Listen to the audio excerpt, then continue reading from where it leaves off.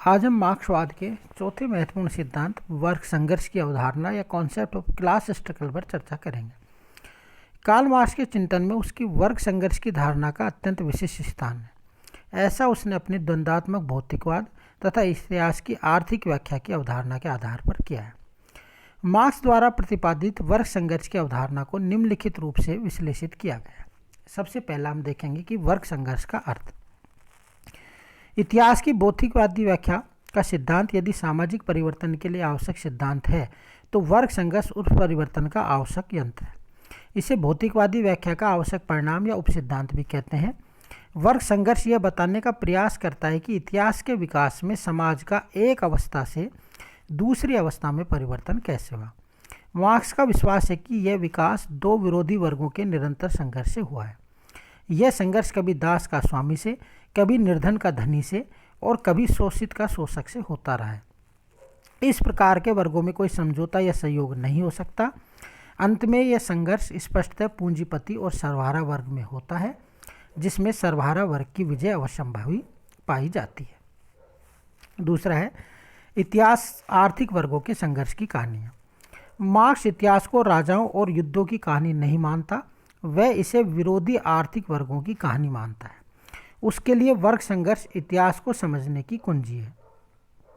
Marks और angel अपने साम्यवादी घोषणा पत्र में लिखते हैं कि अब तक के समाज का इतिहास वर्ग संघर्ष का इतिहास रहा है।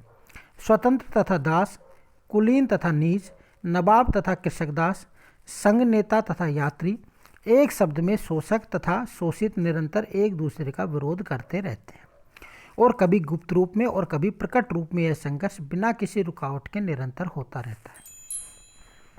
यह ऐसा संघर्ष है जिसका अंत या तो समाज के क्रांतिकारी पुनर्गठन में हुआ या विरोधी वर्गों के सामान्य पतन में। तीसरा है संघर्ष पूंजीपति और सर्वहारा वर्ग का अर्थ। पहला है संघर्ष। संघर्ष का अर्थ यह नहीं है कि समाज में निरंतर युद्ध होता रहता है। इसका यह अर्थ यह है कि समाज में एक वर्ग ऐसा अवश्य होता है जिसकी आवश्यकताएं पूरी न होने से वह सदैव असंतुष्ट रहता है। यह असंतुष्ट वर्ग अपने असंतोष को समय समय पर कई रूपों में असहयोग द्वारा या हड़ताल या अन्य किसी रूप में अभिव्यक्त करता रहता है, और जब असंतोष असहनीय हो जाता है तो द्वंद्ववाद के आधार पर यह संघर्ष क्रांति का रूप ले लेता है, जिसमें शोषित वर्ग की विजय और शोषक वर्ग का पतन अवश्यंभावी है। दूसरा है पूंजीपति। पूंजीपति वह है जो उत्पादन के साधनों, भूमि, कल कारखाने, कच्चे माल, कार्यशील पूंजी का स्वामी है। यह वर्ग समाज का शक्तिशाली वर्ग है जो ऐश्वर्य तथा विलास में डूबा रहता है। उत्पादन के साधनों का स्वामी होने से दूसरों को वैसा करने के लिए बाध्य करता है जैसा वह चाहता है।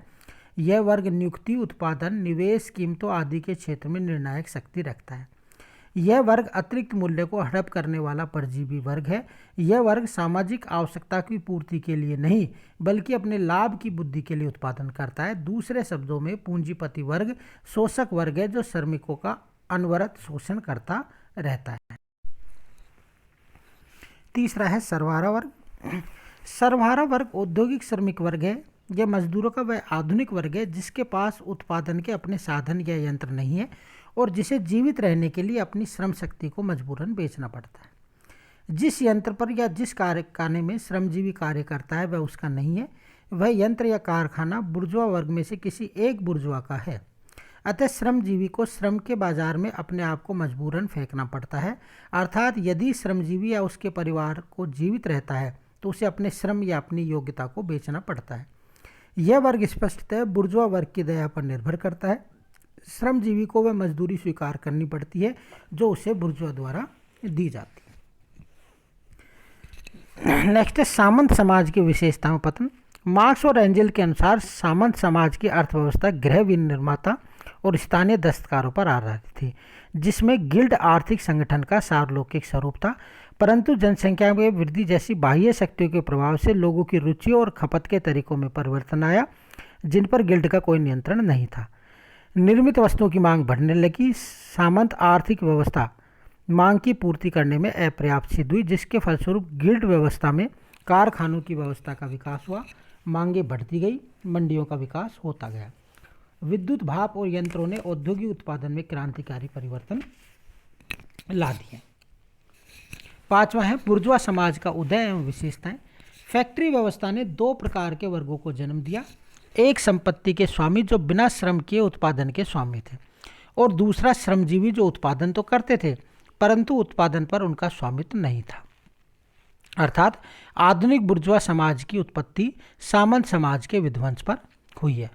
पूंजीपति के उत्पादन के यंत्र किसी काम के नहीं है यदि उन पर श्रमजीवी अपने श्रम का प्रयोग करके उत्पादन नहीं करता। दूसरी ओर श्रमजीवी का श्रम तभी उपयोगी है यदि वह श्रम का उपयोग उत्पादन में करता है।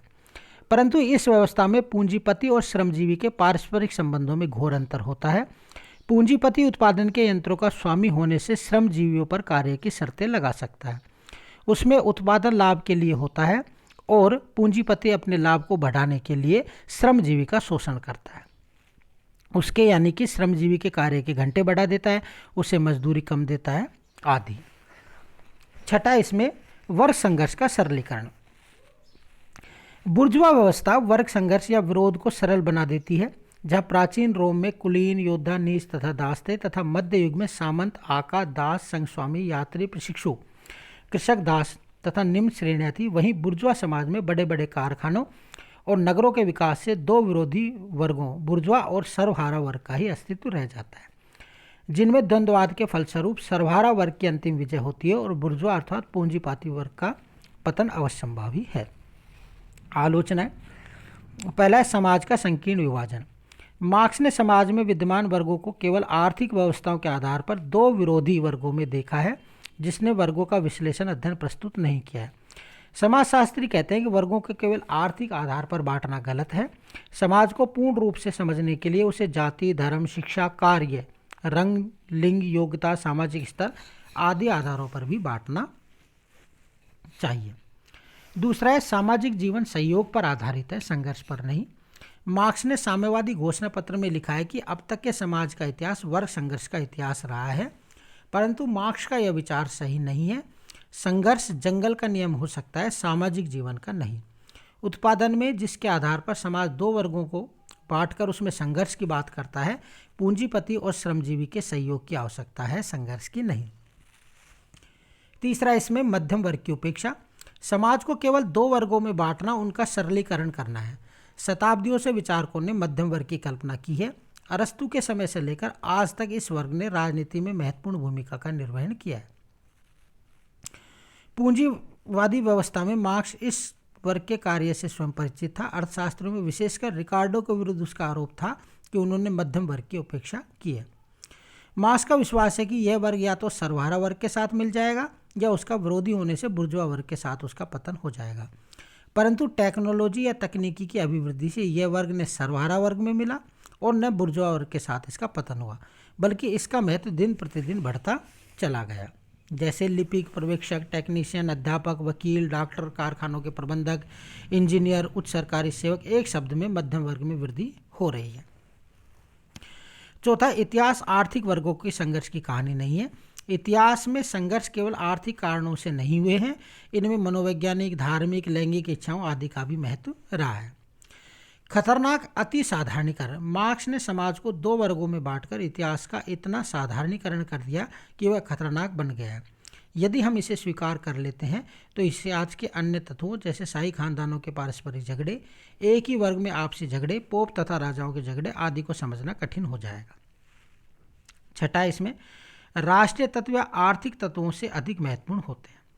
मार्क्स संघर्षों में आर्थिक तत्वों पर ही बल देता है, परंतु पिछले 2 महायुद्धों ने यह सिद्ध कर दिया कि एक राष्ट्र के नागरिक भिन्न भिन्न आर्थिक वर्गों के होने पर भी राष्ट्रीय संकट या विपदाओं के समय एक होकर कार्य करते हैं। क्या पूंजीपति, क्या श्रमिक, क्या मध्यम वर्गीय, सभी एक होकर राष्ट्रीय संकट में शत्रु का सामना करने के लिए तैयार रहते हैं। 7वां, गलत भविष्यवाणी। जिस आधार पर मार्क्स ने अन्य समाजवादियों की काल्पनिक कहकर आलोचना की थी, मार्क्स स्वयं उसी कल्पना का शिकार हो गया। मार्क्स ने पूंजीपति और सर्वहारा वर्ग में चल रहे संघर्ष में पूंजीवाद के पतन और सर्वहारा वर्ग की विजय की भविष्यवाणी की, परंतु भविष्यवाणी सटीक सिद्ध नहीं हुई। 2 विश्व महायुद्धों के बाद भी पूंजीवाद का पतन नहीं हुआ। 1990 के दशक में पूर्व सोवियत संघ तथा पूर्वी यूरोप में साम्यवादी राजनीतिक व्यवस्थाओं के पतन ने मार्क्स की भविष्यवाणी को झुलटा दिया। उदाहरणतः पूंजीवादी अमेरिका में सर्वहारा के वेतनों में निरंतर वृद्धि में उसकी संख्या में बढ़ने के स्थान पर कम हुई है। वहाँ मध्यम वर्ग में वृद्धि हुई है। मार्क्स की यह भविष्यवाणी भी गलत सिद्ध हुई कि राज्य का अंततः लोप हो जाएगा। पूर्वी सोवियत संघ में राज्य की शक्ति कम होने के स्थान पर तीव्र गति से बढ़ती गई। मार्क्स ने विश्व के सभी देशों के सर्वहारा वर्ग के लोगों के संगठन तथा अंतर्राष्ट्रीय साम्यवाद के उदय की जो भविष्यवाणी की थी वह सही सिद्ध नहीं हुई। और 8वां, इसमें मार्क्स का वर्ग संघर्ष का सिद्धांत निराशाजनक व अति नाटकीय है। सारांश में मार्क्स द्वारा प्रतिपादित वर्ग संघर्ष की अवधारणा जो इतिहास के अध्ययन में आर्थिक तत्वों के योगदान के महत्व को उजागर करती है, वहीं पूंजीवाद के शोषण के अमानवीय स्वरूप को भी वह उजागर करती है। अब हम देखेंगे मार्क्स के राज्य विषयक सिद्धांत। राज्य की प्रकृति, स्वभाव और उद्देश्य के संबंध में राजनीतिक दार्शनिकों में अनेक मतभेद रहे हैं। प्लेटो और अरस्तु जैसे ग्रीक लेखकों ने राज्य एक प्राकृतिक, नैसर्गिक और स्वाभाविक संस्था माना है। मार्क्स की जो राज्य विषयक संस्था है वह यह है, पहला है इसमें एक वर्गीय संस्था। मार्क्स के लिए राज्य सामान्य हितों का पोषक नहीं है, यह व्यक्ति के व्यक्तित्व में सहायक नहीं है। इनके लिए राज्य एक वर्गीय संस्था है जिसका उद्भव बुर्जुआ वर्ग की रक्षा के लिए हुआ है और जिसका अस्तित्व सर्वहारा वर्ग के शोषण के लिए विद्यमान है। साम्यवादी घोषणा पत्र में कहा गया है कि संपूर्ण बुर्जुआओं के सामान्य उद्देश्यों का प्रबंध करने के लिए उसकी कार्यकारिणी समिति है। राज्य एक बुर्जुआ संस्था है जिसका उद्देश्य बुर्जुआ की संपत्ति और हितों की रक्षा करना है। यह वही स्वरूप ग्रहण कर लेता है जो बुर्जुआ अपने आंतरिक और बाह्य उद्देश्यों को प्राप्त करने के लिए ग्रहण करता है। हीकर कहते हैं कि पूंजीवादी राज्य व्यक्तिगत आर्थिक शक्ति की पवित्रता का हामीदार है। दूसरा है राज्य शोषण का यंत्र है। मार्क्स और एंजिल राज्य को शोषण के मानते हैं। एंजिल्स कहता है कि राज्य केवल एक ऐसा यंत्र है जिसकी सहायता से एक वर्ग दूसरे वर्ग का शोषण करता है। इसके लिए राज्य एक प्राकृतिक संस्था नहीं है।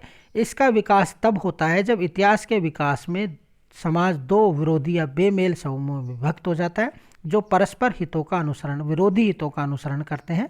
इसके लिए राज्य वर्ग संघर्ष का परिणाम है।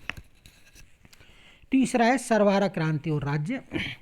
मार्क्स की धारणा है कि राज्य जैसी व्यवस्थाओं का अंत सर्वहारा वर्ग की क्रांति द्वारा अवश्यंभावी है। क्रांति इसलिए अनिवार्य है कि असंतोष की शक्तियाँ दिन प्रतिदिन संगठित होती जाती हैं जो अंत में सब बेड़ियों को तोड़ डालती हैं। क्रांति द्वारा राजनीतिक सत्ता प्राप्त कर सर्वहारा वर्ग शासक वर्गों को अपनी अधिमान्य स्थिति त्यागने के लिए बाध्य करेगा। क्रांति में श्रमजीवियों का सर्वप्रथम कार्य सर्वहारा वर्ग को शासक वर्ग की स्थिति प्रदान करने तथा प्रजातंत्र के युद्ध में विजय प्राप्त करना है। श्रमजीवी अपनी इस राजनीतिक सर्वोच्चता का प्रयोग बुर्जुआ से क्रमशः उसकी पूंजी छीनने में करेगा। निजी और पैतृक संपत्ति के अधिकारों को समाप्त कर उत्पादन के साधनों पर समाज का नियंत्रण स्थापित करेगा। नेक्स्ट है इसमें पूंजीवादी अवशेषों को समाप्त करने में राज्य की शक्ति का प्रयोग। निर्बाध व्यवस्था के स्थापित होने से पूर्व सर्वहारा वर्ग के अधिनायकवाद को स्थापित किया जाएगा जिसमें समाजवादी व्यवस्था स्थापित की जाएगी। इसमें प्राकृतिक व उत्पादन के सभी साधनों का समाजीकरण कर दिया जाएगा। पूंजीवाद के अंतिम अंशों को नष्ट कर दिया जाएगा। इसमें वस्तु का वितरण आवश्यकताओं के अनुसार नहीं होगा बल्कि कार्य क्षमता के आधार पर होगा। पहले के शासक वर्गों के अधिनायकवाद की भांति सर्वहारा वर्ग का अधिनायकवाद भी उसी प्रकार से दमनकारी होगा। राज्य उसी वर्ग सर्वहारा वर्ग का दमनकारी अंग होगा जिसका उत्पादन के स्रोतों पर नियंत्रण है। पांचवा है राज्य एक स्थायी संस्था नहीं है। मार्क्स और एंजिल्स के लिए राज्य एक स्थायी संस्था नहीं है अपितु यह अस्थायी संस्था है। इसका अस्तित्व उस समय तक है जब तक विरोधियों का दमन करने के लिए इसकी शक्ति की आवश्यकता है।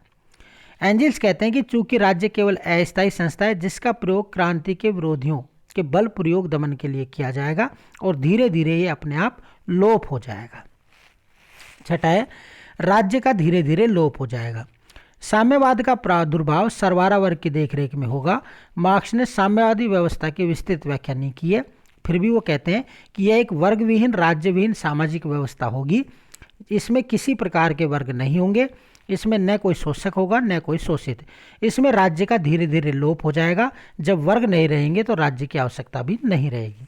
दूसरा, इस समाज में वितरण का सिद्धांत प्रत्येक से उसकी योग्यता अनुसार और प्रत्येक को उसकी आवश्यकता अनुकूल पर आधारित होगा।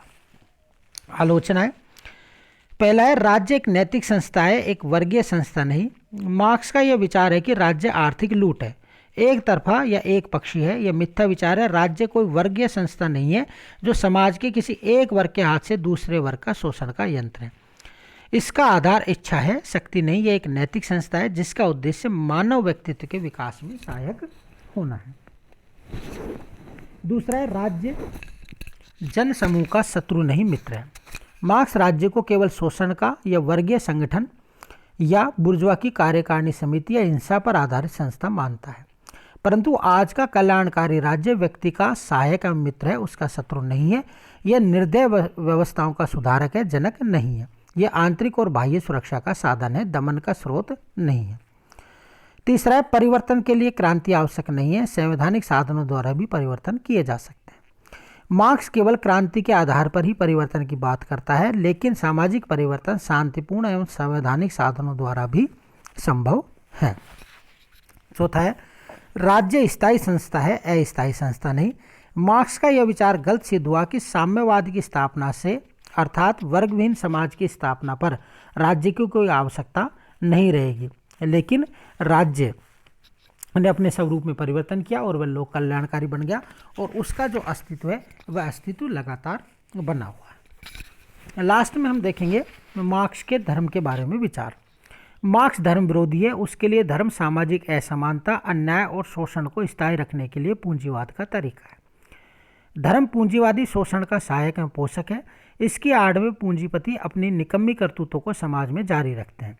धर्म पूंजीवादी यंत्र है। धर्म यथास्थिति को बनाए रखना चाहता है। धर्म परिवर्तन में विश्वास नहीं करता, वह अनुदारवादी व प्रतिक्रियावादी होता है। मार्क्स के लिए धर्म लोगों के लिए एक अफीम की गोली के समान है, जिसका रसवादन व्यक्ति को भाग्यवादी बनाता है। वर्ग व्यक्ति में निष्क्रियता और दासवृत्ति पैदा करता है। मार्क्स के शब्दों में ईसाई धर्म के सामाजिक सिद्धांत भीरुता एवं तिरस्कार, अनादर, सहिष्णुता, नम्रता, संक्षेप में केनेली की विशेषताओं का प्रचार करते हैं। मार्क्सवादी विचारधाराओं में धर्म का कोई स्थान नहीं है। समाजवादी राज्य में धर्म की स्वाभाविक मृत्यु हो जाएगी। परम नैतिकता या स्वतः सिद्ध नैतिकता जैसी कोई चीज़ नहीं रहेगी। समाज में निरपेक्ष मूल्यों का कोई महत्व नहीं रहेगा। समाजवादी राज्य में जो कुछ भी नैतिकता रहेगी वह विशिष्ट आर्थिक परिस्थितियों पर निर्भर एक अपेक्षित नैतिकता होगी। नैतिकता वर्गीय नैतिकता होगी। साम्यवादी समाज में बुर्जुआ नैतिकता का स्थान सर्वहारा नैतिकता ले लेगी। सारांश में मार्क्स के धर्म संबंधी विचार उसकी भौतिकतावादी विचार होने की पुष्टि करते हैं। Thank you.